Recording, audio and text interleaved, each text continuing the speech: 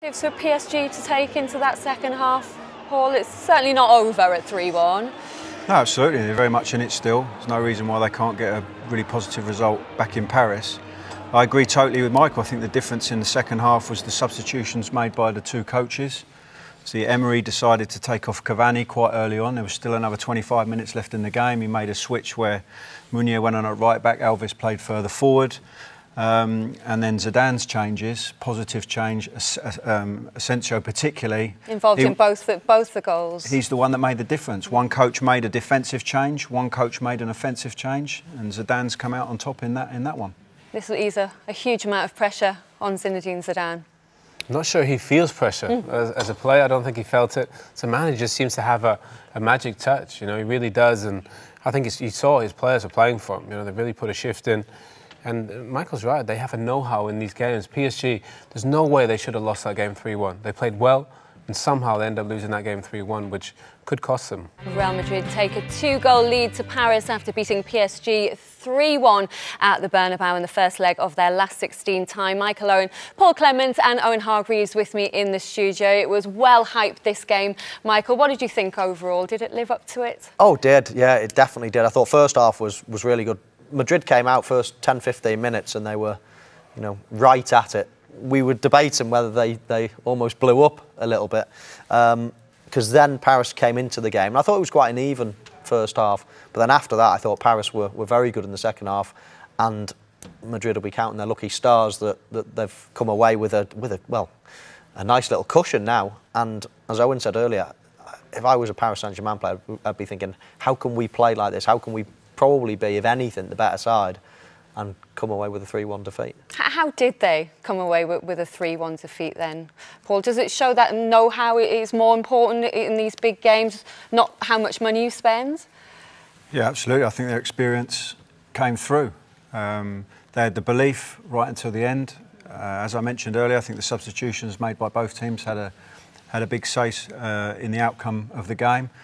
And Paris Saint-Germain will be kicking themselves that they've ended up getting beaten 3-1, because they actually played okay. They didn't play really well, they played well. But even at 2-1, if they'd gone back to Paris at 2-1, they could have said that was a good result. But I think when it went 2-1, they stayed quite open, they tried to get back into the game, and they got hit going the other way. 3-1, game over.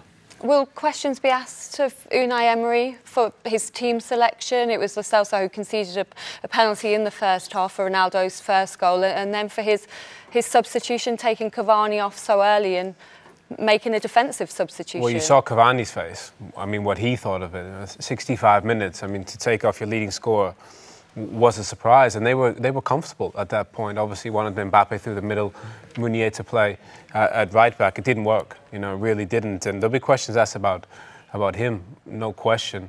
And I just don't think that PSG team, as good as they are, I don't think they can win ugly. You know, sometimes you need to find a way to win ugly.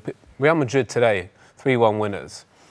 You wouldn't say they played remarkably well. You know, Ronaldo, he was the big difference, getting them back, and then I think Paul made a good point. You know, the subs, Asensio coming on, quite positive changes affected the game. Let's go all the way back to that first goal, because Real Madrid had to come from behind. Rabiot opened the scoring. Who was supposed to be keeping tabs on him? Well, he runs past Modric, as you can see. Modric just switches off a little bit. And it's a bit of a catalogue of errors, but I do like the run, as I mentioned, in the first half, as we see.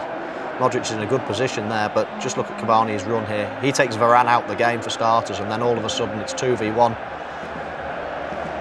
And it's a good finish. Did Neymar mean that flick? It's hard to say, isn't it? He meant that. That's ridiculous. You were at PSG when Carlo Ancelotti gave Rabiot his first team debut when he was just 17, Paul. What do you think of the player he's developed into? No, he's a really talented player. I think you know, modern day box-to-box midfielder, can come short and build the play, but can get up towards the other end as well, and have an impact around the box, and really good finish. You know, strong foot to the left foot, good finish with the right. He had another really good shot later on in the game that was hit Ramos on the arm. It was another fantastic strike with the right foot. He's a very good player, and I think well loved at Paris Saint-Germain because he's come through the ranks there. And Parisian as well. And Lo Celso, Thiago Motta is injured, so he started in the Champions League tonight for the first time. Owen conceded a penalty in that first half. What did you think of that decision? Was he lucky not to get a second yellow? Well, I mean, that is the big question. He showed his inexperience there in that situation, giving away the penalty. As you said, he had already been booked. I mean, there's such a risk. That's the thing, playing some of these younger players, you never know. I think he had some really good touches in possession, but defensively, he had such a negative impact on him. We saw that ball bounce up from Ronaldo, just from his momentum, just before he hits it. Unbelievable that he can still score. There's a couple of players, weren't there, that were lucky to stay on the pitch. Neymar already been booked, a blatant dive, and the referee chose to, well, the referee, to be fair to him, spotted it, which is the hard bit, and then just didn't have the courage, I suppose, not that I'm encouraging a red card, but there was a couple of players that could have been sent off. We'll look at that Neymar dive in just a moment, but as you said, the sub's key. Asensio came on, and 4 minutes later, Real Madrid are in front. Just how satisfying is that as a manager, Paul, when your substitutions pay off like that? Yeah, sometimes they don't come off. Sometimes they do, and in this occasion, they did. You know, he made an impact right from the start. That was the first thing he did, try and get that early ball in. Ball comes out to the left. Bale gets round on the overlap here, but he decides to go alone. Strong low ball. Difficult one for the goalkeeper. Ronaldo's just used his instinct there, how much he knew about this one, but he's in the right place at the right time. And puts them in pole position. How much better were Real Madrid without Benzema on the pitch, Owen? They look more dynamic without Benzema. He didn't offer them. I know he hasn't scored that many goals this season, but it wasn't as great as link-up players. Bale's come on, Asensio's come on. They look quicker, sharper. I thought Isco played well today. Bale coming off the bench. I mean, it's scary, really, to have him come off the bench. And Asensio was a really special young player as well. So Real Madrid have wonderful options on the bench if needed. And it was Asensio's cross for that third goal for Real Madrid, for Marcelo. Just 3 minutes, 23 seconds later. Yeah, it was a mad few minutes from, struggling to keep hold of the game, really, and stay in the game, to all of a sudden finishing it, having won 3-1. And again, it's down that left-hand side. A lot of the chances came from this side in the second half. And obviously, as the lads have said, the substitutions made a huge difference. That was a bit of a shin-stroke knee. If the defender hadn't have been in front of the goalkeeper, he would have just dropped his cap on it, I think. But because there was a little deflection and a little bit of luck, but that's what Madrid needed. Now let's have a look at some of PSG's chances in the second half, Paul, because they will be wondering how they didn't win this. Yeah, they were the brighter team at the start of the second half. I think they were combining a lot better. Real Madrid were on the back foot.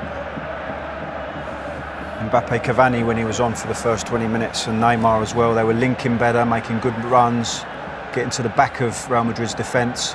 This was the cracking strike there from Rabiot off the right foot. Probably would have. Wow, that's a difficult one. I think it'd be harsh if that was given as a penalty. The arm was kept down by the side. But they were really pushing early on in the second half. Yeah, they just kept coming, PSG. They really did. So many close moments, but I just think they are an incredible attacking team. But can they see out a game when they desperately need it? That's the manager's job. Unai Emery.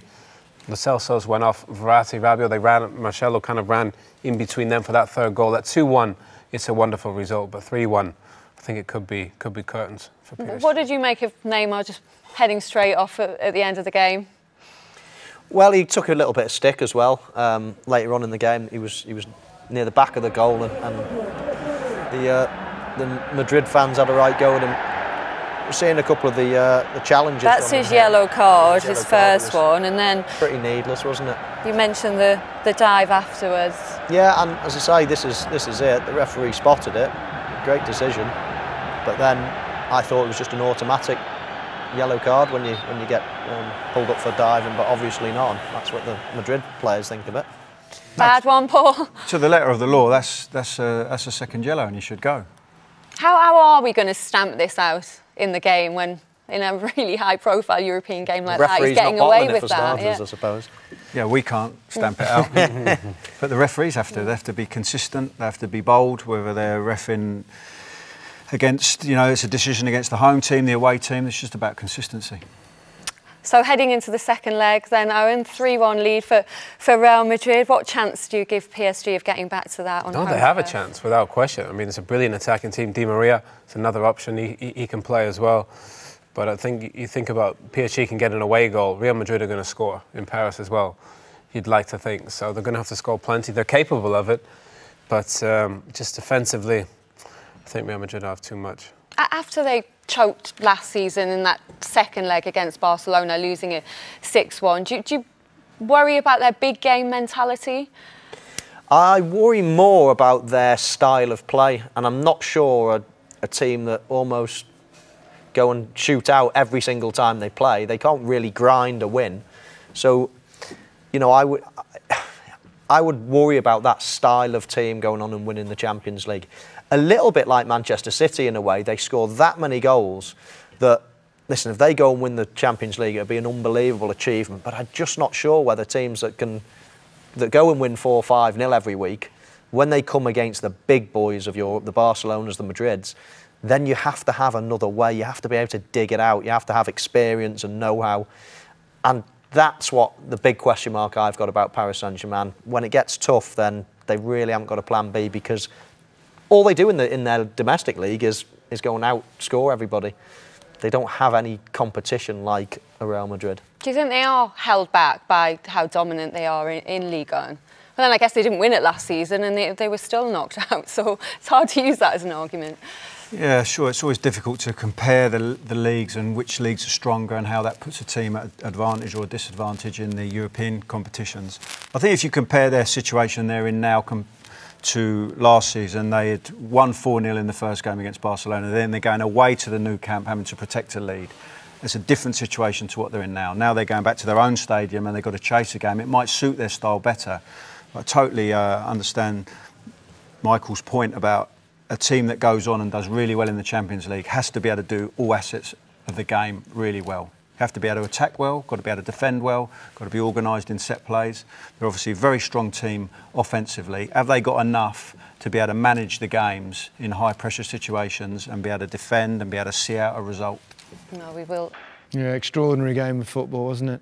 Never rule out Real Madrid, eh? No, having a terrible season domestically. Yeah. But the big tournament comes alive now, last 16, and the big players come out. Cristiano Ronaldo, as we've always said, he steps up and delivers in these times, and today he didn't disappoint again. No. But they did go 1-0 down. Rabiot with the first goal, and at that point you thought, well, is the demise here? Yeah, it's a great cross. Nice dummy from Cavani. Then the defender just knocks it into Rabiot's path, and it's a great controlled finish. Nice little side foot curl right into the middle of the goal. Excellent.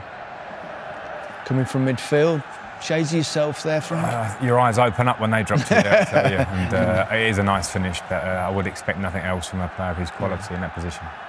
I didn't see this result at all today before the game. We were talking before. I didn't see that result with 10 minutes to go. I mean, PSG were dominant in that second half for much of it. Yeah, but I think this shows you that experience is telling in a tournament like this. When it gets to the knockout stages, experience is very, very, very critical. Yeah. And this team know how to manage games. Yeah.